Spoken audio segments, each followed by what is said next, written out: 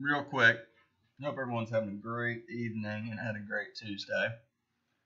So, first thing I'm going to talk about is breakouts within a trading range that are really vacuums. A breakout is this, man. It's any trend bar. Breakout, here's a bull breakout, here's a bull breakout, bear breakout, bull breakout, bear breakout. A breakout does not mean it has to actually break. A breakout simply means it's breaking above something. Here's a breakout. Most breakouts fail. What I want to talk about is exactly what I have typed in here. I've been doing a lot of reading of Val's books. I've never personally actually. I'm sure I've read most of everything just throughout the course of time, but I decided I just want to go from start to finish with each book. I'm reading his trading range book right now. I've read, and this part's actually from some of his reversal book. But anyways, I just figured I'd read it the full time through. But it's not the first time I've actually read pieces though. Anyways, one thing he talks about is, let's start with over here. Here's a trading range. It's the whole day. When you get these strong breakouts, and they appear strong, at this point, well, it's a breakout, but it's still within yesterday's range. And read what I have typed here. And forgive me if there's any typos. I just typing it to remember real fast. Anyways, you get a strong breakout, and the one thing Al said, it's in his chapter on failures in his third book on reversals, if you want to find more detail about it. I don't know the exact page number. It's towards the end of the book. Just look for the chapter titled Failures. So anyways, and it's a chart. You'll recognize it. Alright, well, I took the time. I looked it up real quick. It's page 241 or page 249. I'm pretty sure 249, but there's a chart about it. Anyways, he said in that little section, what he said was, you get large trend bars that suck hopeful trend traders, swing traders, into taking a bad swing trade. And what you're better off doing is, when you see this, a couple ways to go about it. Yes, you can buy this and stay long, but you have to be very quick to get out, thinking probably a trading range.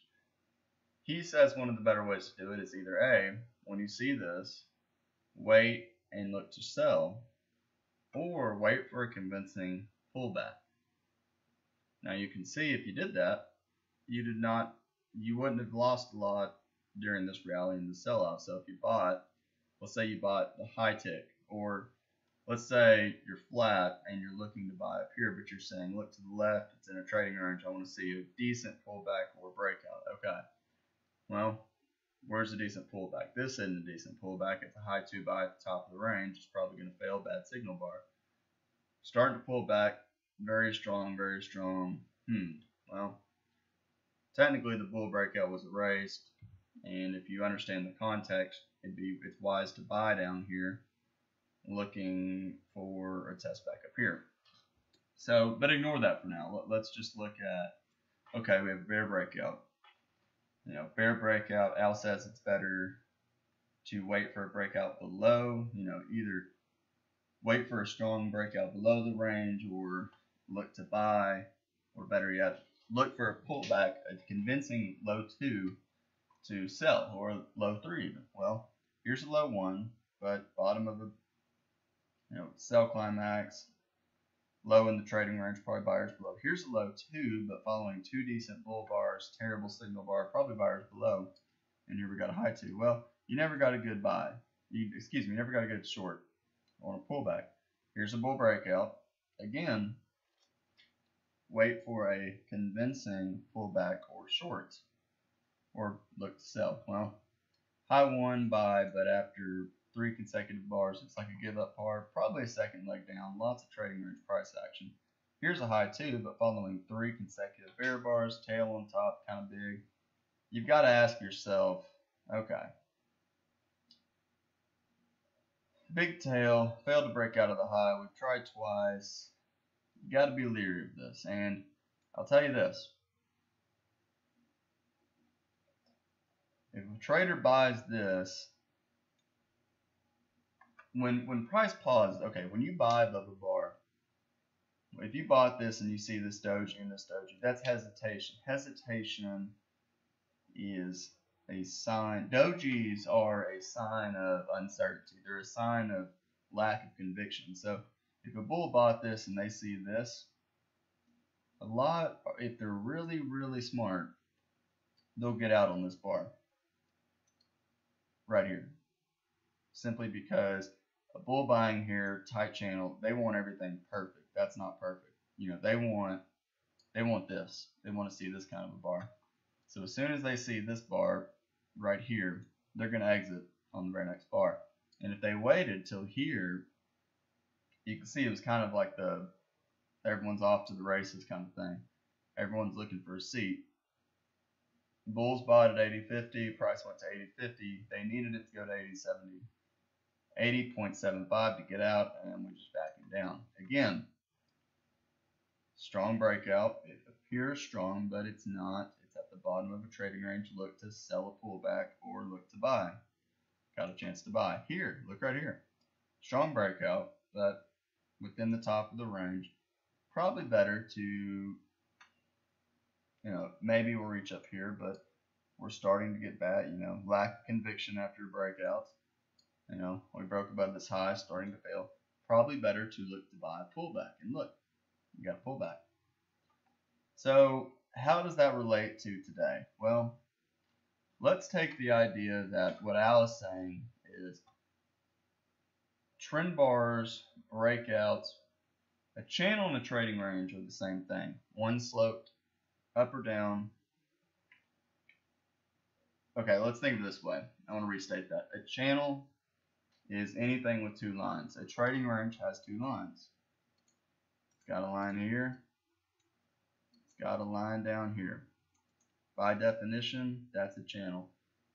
Channel here, it's sloped. It's more one-sided than this one, but it's still a channel. So look at these red boxes. Okay, let's think for a minute. Here we have a trading range. Here we have a possible bear breakout. Now, Al says in his books, and he says it plenty places elsewhere, it's better to either look to sell the pullback than to just sell at the market on a breakout within the range of the channel that doesn't look strong. Okay, so what Al's saying is I should look to either buy or sell a pullback. I don't want to buy because, I just don't personally like doing that, and I think it's just easier to look for the short. So I should probably wait for low 2. Well, we never got a really decent short, but if you understand what's going on, bulls buying here and they're beginning to fail, maybe you short within here. Well, we got another bear breakout. Better not to sell, better to look to sell a pullback, and you got the chance here, bear breakout, better to look to sell, have the chance to sell up here. Now, today's kind of difficult. It's a lot of sideways price action, but it still shows a very good point about when you get vacuums or potential failed breakouts that are vacuuming to the top of the range, vacuuming to the bottom of the range, sometimes it's better to just simply wait for some sort of decent pullback. So let's relate that. Well, okay, let's think of it this way. So here we got a bull breakout. Channeling up, rally, bull close, high, bull bar closing on its high, bull bar closing on its high, another bull bar closing on its high, but bad follow through here. So is it okay to buy up here? Yes, it is. But when you start to see this, you've got to question your premise. We're starting to fail at the top of the range. So probably better to wait to buy lower. Is it okay to buy here? Sure. This is a trading range, so you know, at some point here, probably by here, a lot of bulls agree that we're in a trading range. You know, maybe we'll get a measured move up. So bulls buying here, they're going to look to get out very quickly at the top. So let's take that both ways. Maybe a 15-minute chart will, let's see, 8, 19. Let's try this. Okay, here we go. So this is the 15-minute chart of that same day. Bull breakout, but still looks like it's within a trading range. You know, probably better to wait to buy a pullback. And look, you got a pullback. Sell off. Well, I want to go back to this. I like a 5-minute better. So here we got a sell off. Maybe it's always in short, but it could just be a pullback from here. Probably better to wait for a decent looking low too. Well, you never got one. You got it right here, but strong breakout back's always in long. And really,